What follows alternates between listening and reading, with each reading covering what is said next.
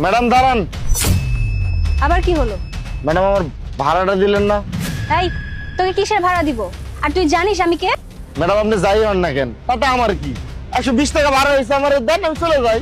শোন, তুই জানিস আমি কে? আমি এই এলাকার চেয়ারম্যানের মেয়ে। শুধু একটা কল করব, সেই কলের সাথে সাথে তুই এবং তোর রিকশাটা না উড়ে যাবি।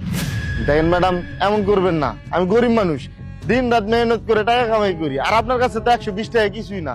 টাকাটা দিয়ে দেন। এই শোন, এই পুরো এলাকাটা না আমার বাবার।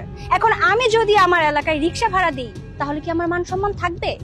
একটা কথা শুনে রাখ, আজকে আমার মুডটা ভালো, সেজন্য তোকে আমি ছেড়ে দিলাম। তা না হলে তোর এমন একটা অবস্থা করতাম যে তোর পরিবারও তোকে চিনতে পারতো না। দেখেন ম্যাডাম, এমন করবেন না। আপনারা কিন্তু ভুলে যাবেন না, আপনারা কিন্তু আমাদের ভোটেই জিতেন। এই রিকশাওয়ালার বাচ্চা, কি বললি তুই? তোদের ভোটে আমরা জিতি? আজকে তো তোকে আমি...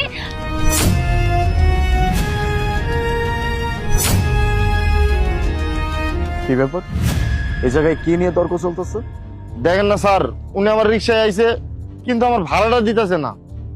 কি ম্যাডাম, ওনার ভাড়া দিচ্ছ না কেন?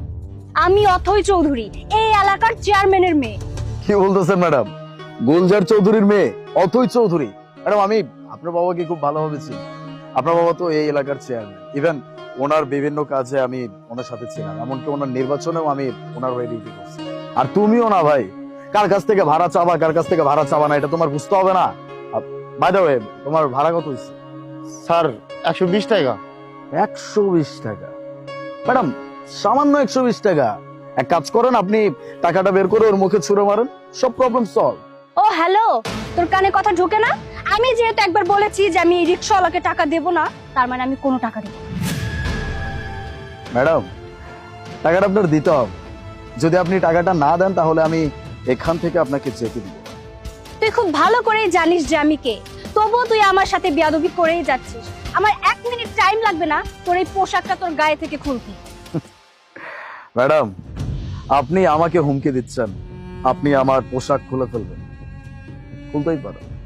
আপনার এই হুমকিতে আমি ভয় পাই না। আমি আর বাকি 10টা পুলিশের মতো না, যেরকম হুমকি দিবেন আমি ভয় পেয়ে যাব।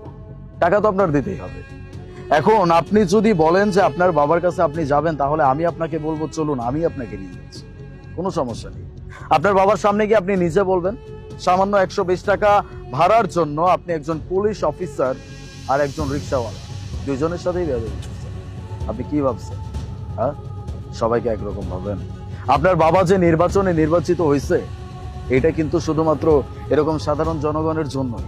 আপনার বাবা যখন নির্বাচন